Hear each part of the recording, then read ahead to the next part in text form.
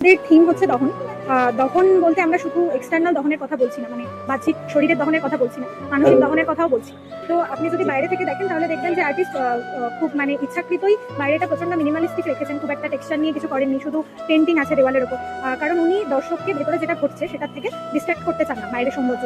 আর গেটের উপর দেখবেন যে একটা পাখি আঁকা আছে, যেটা একটা ফিনিক্স। ফিনিক্স আমরা জানি একটা মাইথোলজিক্যাল ক্যারেক্টার, যে হচ্ছে কখনো মরে না, সে ভস্ম হয়ে যায়, সেই ভস্ম থেকে আবার জন্ম নেয়। তো ফিনিক্স হচ্ছে আমাদের পুরো থিমটাকে সিম্বলাইজ। অ্যাসিড অ্যাটাক নিয়ে আমরা যথেষ্ট কথা বলি না।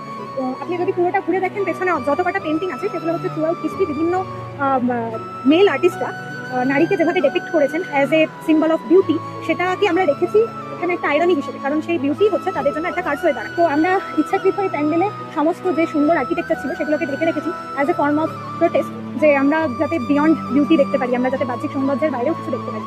আর যে আয়নাগুলো এখানে আছে সেগুলো মাটি দিয়ে ঢাকা। বিষয়টা ফেস করেন তারা যখন আয়নার সামনে গিয়ে দাঁড়ান, তাদের যেটা ফেস করতে হয়, তাদের যে মানে সেন্স অফ আইডেন্টিটি তারা যেভাবে হারান। আর সামনে যেটা দেখছেন সেটা হচ্ছে এই পুরো অন্ধকারের মধ্যে একটা রে অফ হোপ, যেখানে কিছু মানুষ এখনো চেষ্টা করে যাচ্ছে এই অন্ধকারের মধ্যে তাদের জীবনকে সুন্দর বানানো। ওরা চেষ্টা করে যাচ্ছে, বারবার ভেঙে যাচ্ছে, তবুও চেষ্টা করে যাচ্ছে।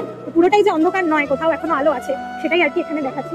আর যেটা আর কি আর্টিস্ট যেটা ভেবে প্রতিমার পেটের কাজটা হলো রেখেছেন, সেটা হচ্ছে যে যখন কারোর উপর এই অ্যাসিড অ্যাটাক হয় তখন ওনার 5-6 সেকেন্ডের মধ্যে একটা হলো তৈরি হয় স্কিনের উপর। এই স্কিনটা শুধু স্কিনের উপর হলো নয়, তার সোলের উপর হলো। এইটা আমাদেরকে মানে বুঝতে হবে, সেটার জন্য এটা।